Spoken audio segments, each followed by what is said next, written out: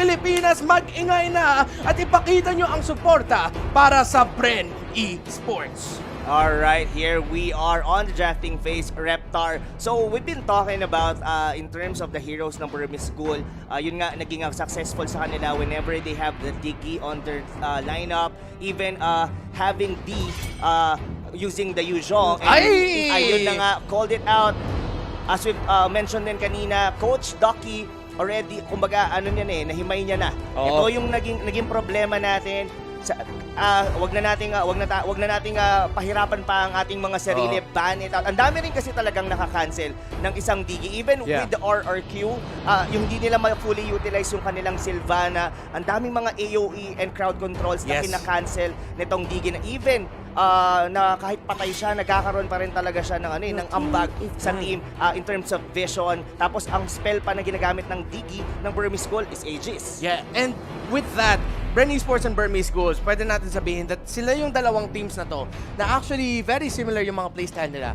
They want to draft in a way that may chance na pwede mabilis mag-snowball in the early, and that's why the Diggy na nilabas ng Burmese Ghouls noong unang laban ng upper bracket 2 days ago was actually a notice para sa Bren Esports at para sa ng teams dito sa M2 na if all of us want to do this strategy, merong isang pick na hindi nyo pwede ipalabas dito kasi yung pick na yun is a counter to that strategy. Yung mga combinations with a pick-off and a support, and the Diggy is banned, and Burmese Schools, alam na alam nila, nire-respeto nila yung dragon ng Pilipinas dito, si Flap TZ, the Yuzhong, has been taken by Burmese Schools. And not only that, ito rin yung naging formula ng Burmese School nung nanalo sila against Bren Esports. Yung kung makaalala nyo yung upper bracket match, that was using the Yuzhong twice in a row. Pero kasi yun yung time na meron ding Diggy dito ang Burmese School. Now, what's gonna be open for Bren Esports? They have the choice here to be able to take the Sylvana since tinanggal na naman. But Basha, we've seen this by Plat TC na ginagamit sa side lane. But Matilda, as well. kung maiisip mo to, no, Reptar, yung Matilda ng Bren Esports actually acts on actually being played by Few and as well with Lusty. So up until now, hindi pa rin natin nakikita yung complete strategy ng Bren Esports. Yeah, because that Matilda can be put into two players' hands, as you said, at dalawang position. And of course, a comfort here for Bren Esports. Sylvana and Isan Shin, again, picks that Bren Esports ginagamit nila, but this is as well very typical Burmese Ghouls lineup pare Kasi yung Sylvana na yan, pupunta yan kay Maybe, they're gonna go look for the pick-off. They want to get the early kills para mas mabilis dito mag-farm si Ace on the Isan Shin. Pero Bren Esports, I won't be surprised if they'll pick the Claude early. And yun na nga, kakasabi ko lang, pinili nila yung Claude. And again, going back to the Yuzhong and Baksha pick from earlier, I like it kasi nagagawa na ni Flap yung gusto niyang gawin in the XP lane, which is to rotate fast.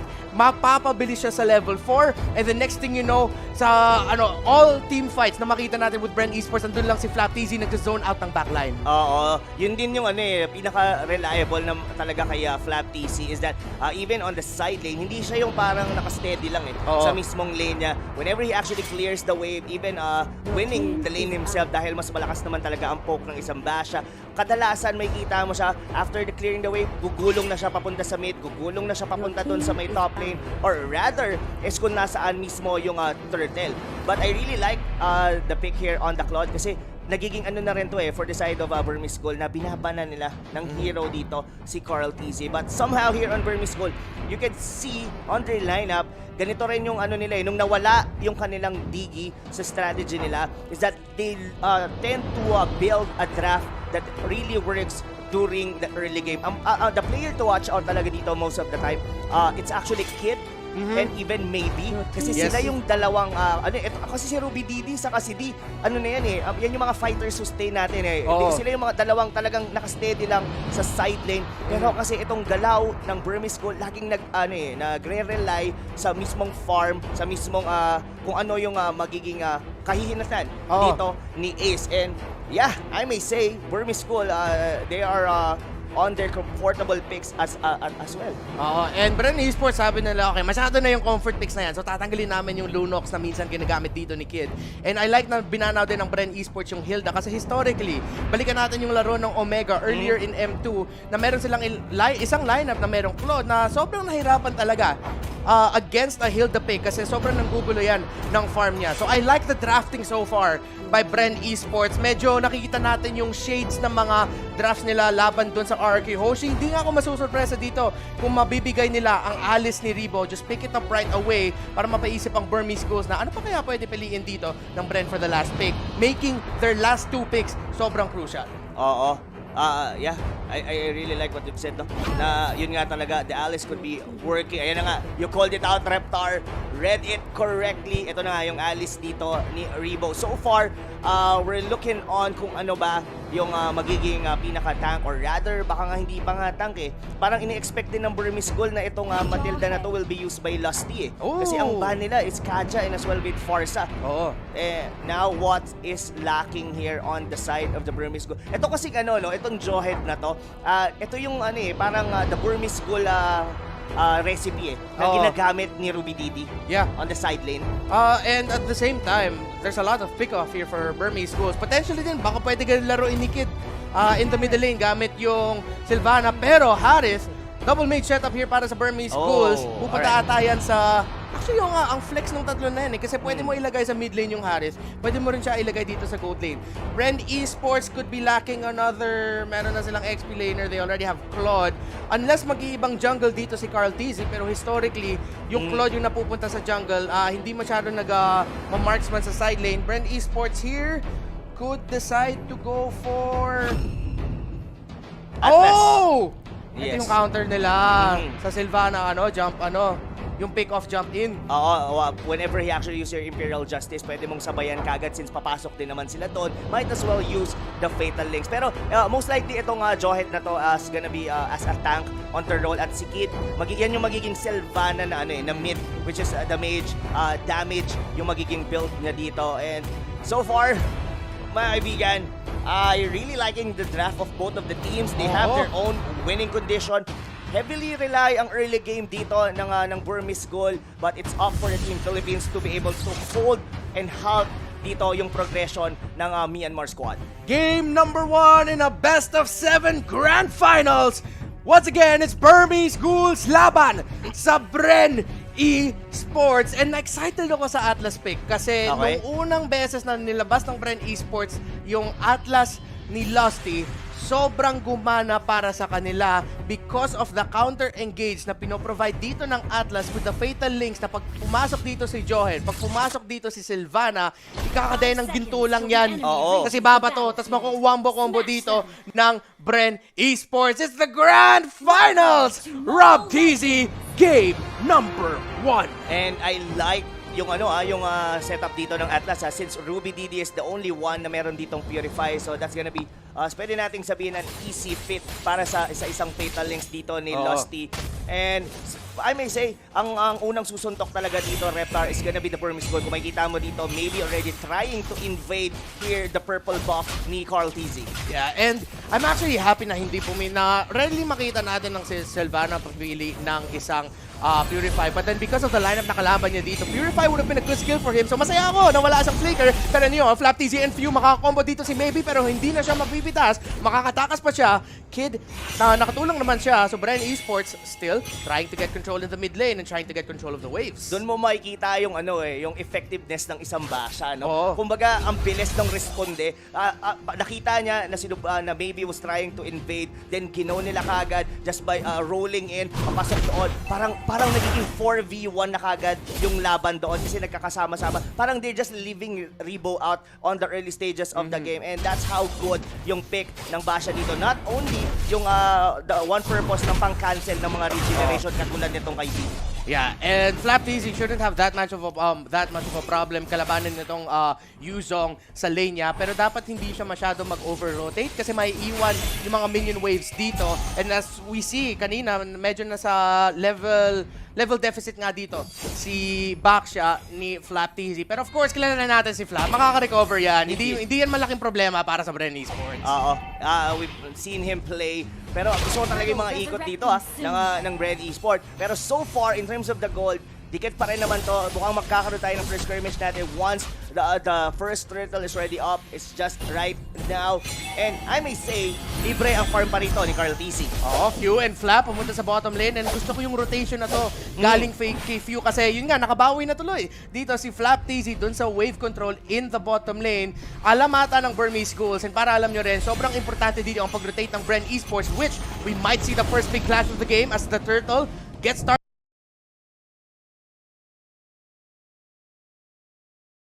out by Bren Esports. Si Flap TZ gumulong na pero na-force out na nga yung Black Dragon form dito. So hindi masyado makakadisrupt si D kung gusto pumasok ni Carl TZ. Pero sa likod si Carl TZ ang mahuhuli yata. First blood mapupunta sa Burmese Ghouls pero okay lang yan.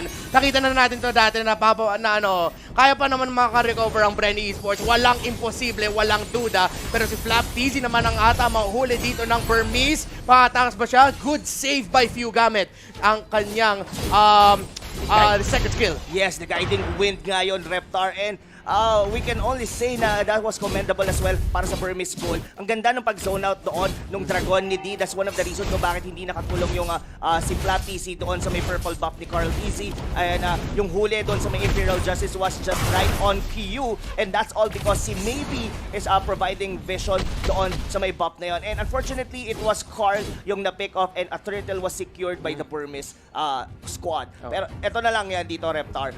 In terms of winning condition, alam natin that Burmese goal, they are gonna be, alam natin sila yung susuntok. Sila yung malakas talaga on the early game. As per Bren Esports, this is a very scaling type of lineup and we all know na once Carl TC hits its power spike, na yung sumakit na yung kanyang Blazing Duet and Rebo got enough orbs to sustain dito yung mga members ng Burmese goal. I may say, we could be able to win from there. Maaga pa naman eh.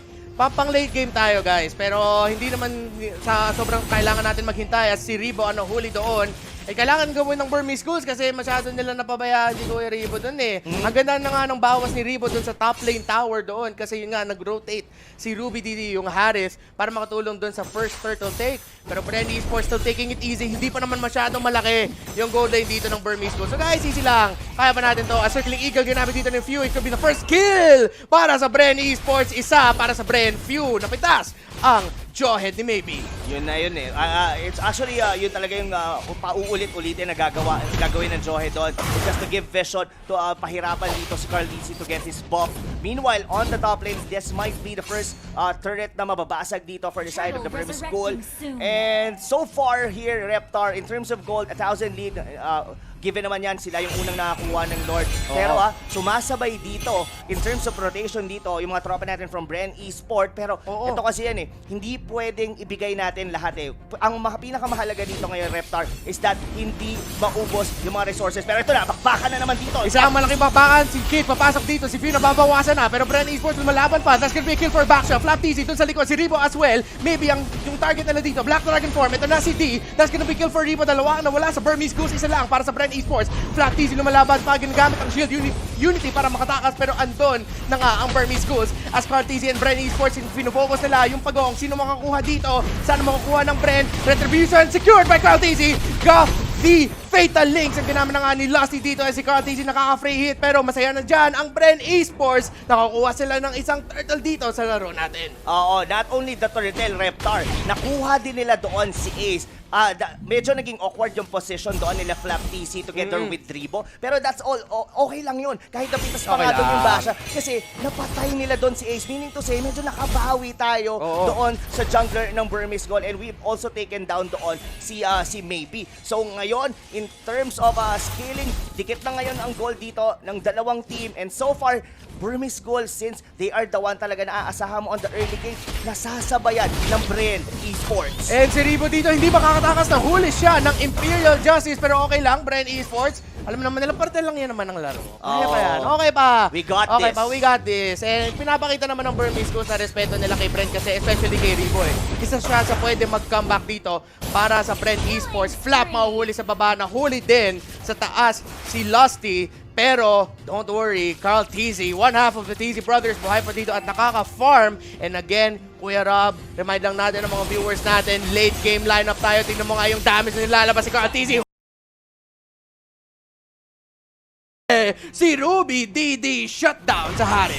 Oo, pero hindi pa yata tapos yung bakbakan dito, Reptar, as the circling eagle dito ni Pew going on to Dragon D. ka pa. Pero yung dragon na pop niya rito and mukhang hindi pa enough yung damage ng mga tropa natin sa mid as Karl-TZ onto the backlane. Ang nahuli dito, na-target siya ng Johe. That's gonna be a 2-for-1 trade. 1-for-1 trade so far, I think. Actually, no, walang trade na nangyari. Pero Bren Esports ang lalaban. Last, ginamit yung second skill. Nahuli doon si D. So, 1-for-1 trade or 2-for-1. Napitas din si Few and napitas si Karl-TZ. Favorable trade yun para sa Burmese Ghouls. Pero huwag kayong mag-alala kasi tignan nyo pa ang gold. Hindi pa masyado malaki yan. Nakakasabay ang Bren. Nakaka-farm dito si Karl-TZ na wala na yung maliit na problema na Bren na masyado sila nag-overcommit sa rotation na nawawalan sila ng gold.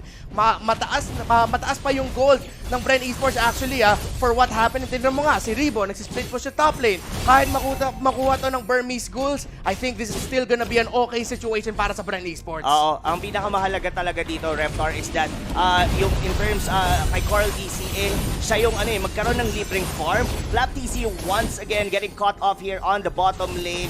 Pero in terms of map control, hindi dapat mapunta to lahat dito sa Burmese Ghouls. And Kid barely getting alive, pero si D susugod yata dito sa gitna, palag-palag ang Burmese Ghouls. D with the Black Dragon Form, Karl-TZ, laki na bawas sa kanya, pero si D ang mafe-fatal links. Few umiikot with the stun of the D. Makakasurvive ba ata dito ang Yuzong?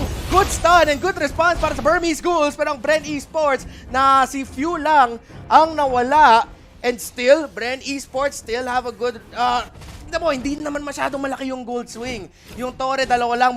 Muntik na nga mabasag yung Torre sa gitna at sa baba. So still, Bren Esports kapit lang. And of course, kung matalo naman dito Bren Esports, nakita na natin, may game 1 download din Bren na yan Yes. Hindi yan mawawala yung game 1 download natin. Oo. Pero ito, Reptar, meron winter transition na ngayon dito, si Ribo, so that's gonna add him na mas mabubuhay na siya during team fight. And mas marami na tayo makikita ngayon dito ng mga 5v5 situation na which yun yung isa rin sa power spike ng Bren Esports. They have this Lusty on the Atlas with the fatal links. Nakita natin dito that the only one na may purify, it's gonna be Ruby DD. And for sure, once na makahuli tayo dito, like 2 or 3 members coming from the Burmese Ghouls squad in a good blazing duet.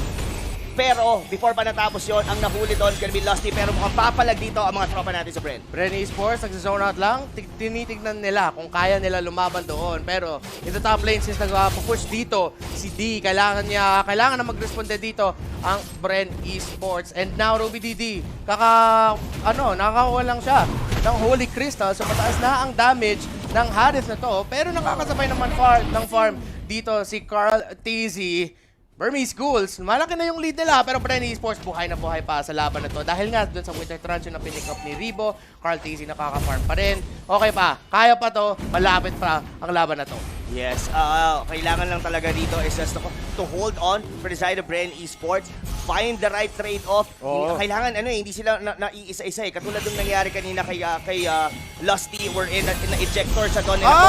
But now, the Imperial Justice ang ginamit dito, pero lumalaban ng Bren Esports sa shutdown para kay Karl-TZ. Si Karl-TZ buhay pa rin. Tingnan mo! The Wonder Kid! Hinahabol dito si Maybe. Mapipitas mo siya, pero tingnan mo naman yung disiplina dito ni Kuya Carl. Okay lang yan. Hindi na kailangan natin habulin. And Bren Esports with a good trade-off, 2-for-1. Akala ng Burmese Ghouls masusurpresa dito ang Pilipinas. Hindi. Bren Esports, kanina pa kami lumalaban dito. Sinabi ko nga kanina, mainit pa yung daliri dito ng Bren Esports. As yung unang lord ng laro natin, tingnan natin kung makakontest dito ang Burmese Ghouls. Ito na ang Dragon. Bren Esports, susubukan nila kunin yung lord. I-reset pa, pero si Maybe na-free hit. Ba't nakatayo ka lang doon? Pini-free hit nga lang siya ni Karl-TZ. And yung blazing duet ace double kill para kay Karl-TZ.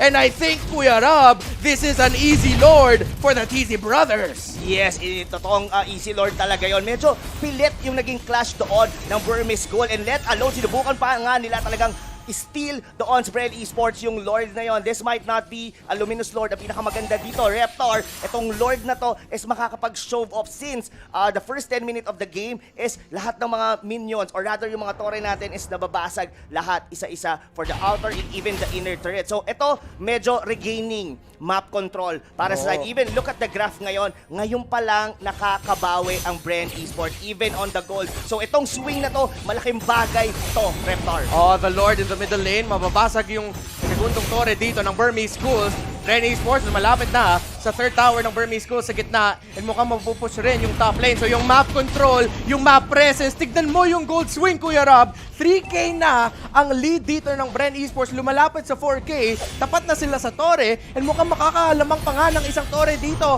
ang Bren Esports. Burmese Ghouls, what you gonna do when Bren comes for you? Yun, talaga yun, Reptar. As this bottom lane, ang lalaki pa ng mga creeps dito, Reptar. Oh, Look sila, at Flappy. sila, Zoning out! Tignan mo yung dragon na yan! Ano gagawin ng dragon na yan? Sisid ka ba? Ano? Wala naman nagawa eh. Nag-dragon ka ba? Yung Bren Esports naman. Munti ka na nga nabasag yung tore nyo. Si Maybe papasok. Asin mo naman. Asin mo naman, Maybe. Maybe. Pero sure kill yun para sa Bren Esports. Tignan mo nga, lumalaki na nga yung lead. And alter ego, go. Sinabi nga dito ni Flap TZ, wala na nga yung alter ego dito sa M2, nadamay pa ni Flap. I like to point out, no, that was a well-commended na guiding wind. Munti ka na mamatay doon si Lusty, but given the guiding wind dito ni Few, nakatakas pa doon si Lusty with the Atlas. And now, it's about yung winning condition ng Burmese goal onto the early game. Medyo unti-unting nawawala. They could potentially get a pick-off here, 1 or 2. Nakuha nga nila doon yung buhay ni Flap TC. But it's all good, Reptar. Why? Look at the gold swing. It's almost 5,000. The map control is all about Bren Esports. And Carl TC getting the farm that he needs. Tignan mo yung damage. Ito na, si D. Papasok na yung hipon ng Burmese Ghouls. Pero saan lilipad yan? At Bren Esports, tignan mo na yung damage. Nakaka-free dito si Carl TC. Si Kid, bata, balik ka muna. That's gonna be the Winter Truncheon committed by Ripo. D is gonna be next. And Bren Esports Pilipinas lumalaban dito sa game number 1 as dalawa ang nawala. And yun nga sinasabi natin, Kuya Rob, ang late game dito ng Bren. Meron tayong Carl, pero meron din tayong Ribo na yung epekto na yun dun sa team fight na yun. Ang galing din ni Kuya Ribo dito. Oo, that awkward team fight doon sa may first Lord. Nagresulta lahat dito in favor of Bren Esports. That swing. Look at that, no?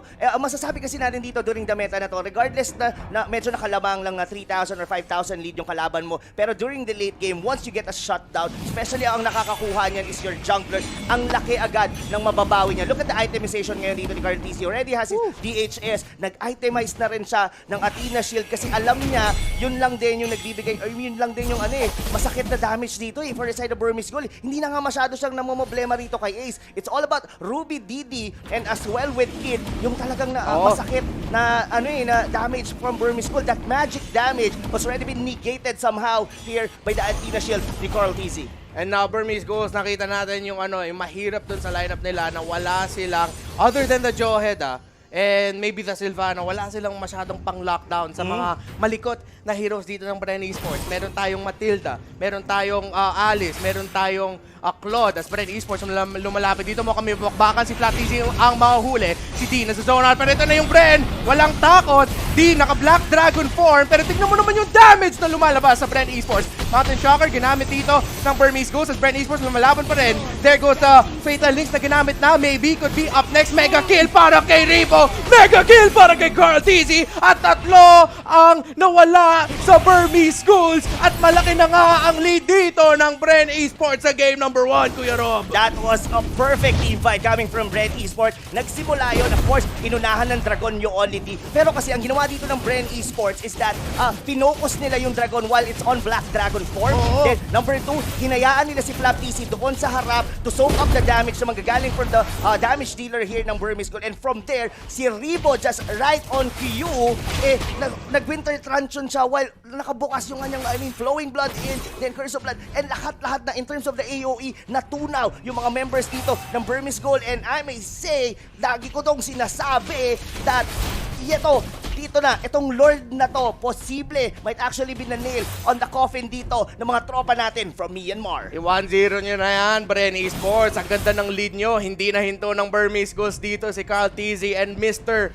Most Decorated sa buong mundo, si Ribo. Ang ganda ng galaw niya dito sa Grand Finals natin. Nakita talaga natin yung yung experience dito ni Ribo.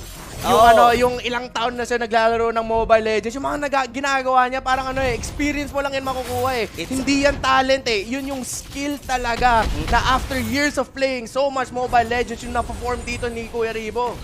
It's really waving Reptar as the tower here on the top lane dito ng Burmese Goal ay mababasag na. Pero si Flap TZ will be zoning out the members here ng Burmese Goal. Bren Esports, disiplina lang. Focus lang yung mga tore dito. Going for the jungle control as well. Tingnan mo nga, hindi sila makadepensa ng mga tore. Isang tore na lang ang nakatayo dito para sa Burmese Schools. As Bren Esports, pinofocus na nila. Mukhang makakadepensa ang konti dito ang Burmese Schools. Pero pare, ang dami nawala sa inyo. Oo. Ang daming nawala naman dyan, Burmese Schools. Alam mo, ang nagiging problema ngayon dito ng Burmese Goal is yung hero ni Ace. Yes, YSS is strong on its own. Pero kung hindi ka naman makadikit, hindi mo naman ma-maximize yung passive mo to be able to deal so much critical. Kung baga puro long range ka lang kasi walang humaharap para dito sa side ng Burmese Goal. Itong si Maybe, baka, pero hindi nga niya kaya. Pero dahil merong dalawang tangke dito ang Bren Esports, nagiging imposible para dito kay Ace na dumamage para mag-provide ng enough dito sa side ng Burmese Goal. Kaya ang ginawa dito ng Bren Esports,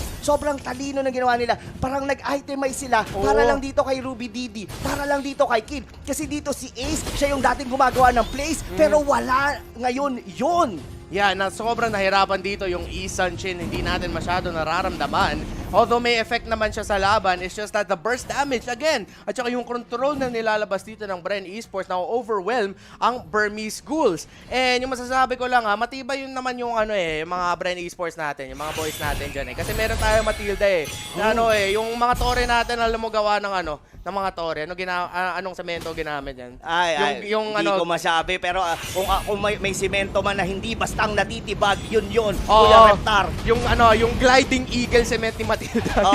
Gliding cement. Gliding eagle cement. Gliding cement. Pero kasi, I mean, ano ba ang pambansang ibon ng Pilipinas? Yung agila. The agila. The Philippine Eagle. The Philippine Eagle ngayon ay hawak ng idol ng mga kids, of course, si Fiu. So, kung mapapansin mo nga yung hindi nga takot pumasok tong Matilda na to even on the team fights Ganon ka-confident ngayon dito yung mga tropa natin from Bren Esports. Yung lamang dito, just 6,000 lead. Pero ngayon, mapapansin mo, Burmese School, hindi nga sila makapag-face check dahil alam nila na pwede silang ma-pick off dito. It was Lusty all over again! Double fatal link na nilabas dito nila. Here comes the blazing the wet as well. Gliding wing para kay Cartesi. Hinabot siya dito ni Maybe. That's gonna be kill for few. Ang daming skills na binabato. Pero si Ruby Didi ang matitimba dito. Tingnan mo naman si Maybe. Pops si Immortality. Nahuli si Ruby Didi. Ang dalawa na lang ang nawala doon sa Burmese Ghouls. Pero tatlo. Tingnan mo naman yung health nila. Tingnan mo naman yung base ng Burmese Ghouls. At tingnan mo naman ang Bren Esports na shoutout si Cartesi. Pero meron naman tayong Flap TZ. Si Ace binato hata doon. And Maybe is gonna try to defend that last turret. Wala na kayong tore. Wala na kayong laban dito sa Bren Esports. Isulat nyo na to. This is gonna be a game. Susubukan na nila tapusin si Ace at Maybe na lang tumidefensa. Pero tingnan mo naman dito si Ribo. Tingnan mo naman si Maybe na wala. Si Ace na lang ang naiwan. At game number 1 ay mapupunta sa Pilipinas. Tingnan mo flex si Ribo. Hindi yun stress pre. Flex. Flex lang. Oh my, Reptar, I may say, whenever Bren Esports, I don't wanna jinx it. Pero most of the time, pag ang Bren Esports, they got their groove, nagtutuloy-tuloy. But this is a very good start para sa ating kupunan dito sa team ng Pilipinas. Tignan mo naman ang recovery ng Bren Esports. Napano naman tayo nagulat na naman tayo It's like, guys,